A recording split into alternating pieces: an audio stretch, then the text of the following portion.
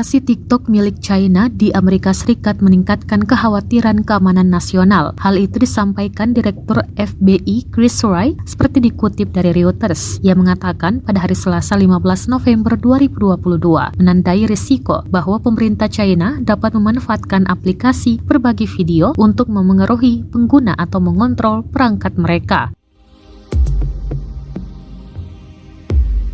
Risikonya termasuk kemungkinan bahwa pemerintah China dapat menggunakan TikTok untuk mengontrol pengumpulan data pada jutaan pengguna atau mengontrol algoritma rekomendasi yang dapat digunakan untuk memengaruhi operasi, kata Wright kepada anggota Parlemen Amerika Serikat.